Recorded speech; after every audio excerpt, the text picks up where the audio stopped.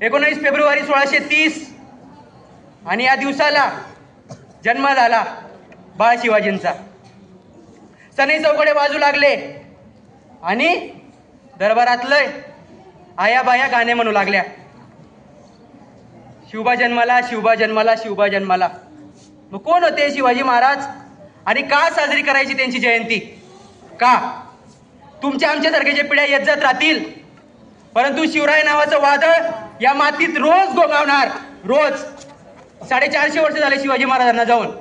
का साजरी करायची त्यांची जयंती? भरपूर लोक येतात, भरपूर लोक जातात, भरपूर लोक स्मरणात राहतात, परंतु फार कमी लोक असतात ज्यांना आपण आपला आदर्श मानतो. आणि असेच होते आपले शिवाजी महाराज. वयाच्या 12व्या-13व्या वर्षी स्वतःच्या रक्ताचा अभिषेक महादेवाला घालून स्वराज्य स्थापनेची प्रतिज्ञा करणारे शिवाजी महाराज होते. बघा, आपण पाहतो धर्माविषयी मी बोलणार नाही, परंतु बऱ्याच ठिकाणी बोकडाचा नैवेद्य दिला जातो देवाला, कोंबडीचा नैवेद्य दिला जातो. एकमेव राजा माझा असा होता ज्याने स्वतःच्या रक्ताचा अभिषेक महादेवाला घालून स्वराज्याची प्रतिज्ञा केली होती. मग महाराज एकटेच होते का? तर नाही.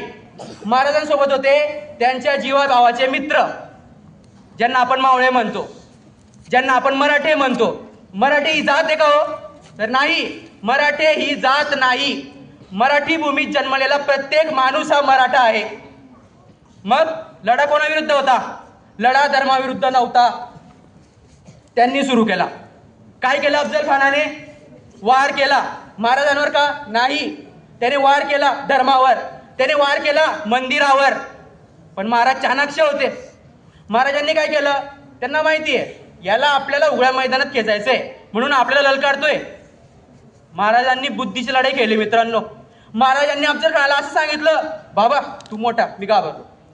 बघा, सिंह कसा असतो, त्याला शिकार करायची असेल तर 2 पावलं मागे सरकतो. महाराज पण तसेच होते, म्हणून त्यांना सिंह म्हणतो आपण. 2 पावलं मागे सरकले महाराज आणि सांगायला लागले, नको बाबा तू मोठा, मी काय घाबरलो तुला. चढला अहंकार अफजल खानाला, फाडला आणि मेला अफजल खान. त्याचप्रमाणे शिवरायांचं रक्त शंभूराजे शरीराचे तुकडे तुकडे झाले, परंतु नाही झुकला माझा राजा. म्हणून साजरी करतो आपण त्यांची जयंती. आणि अशा राजाचा आदर्श नेहमी आपल्या जीवनात ठेवा आणि सार्थक करा या जीवनाचं. बोला छत्रपती शिवाजी महाराज की जय. भवानी. धन्यवाद.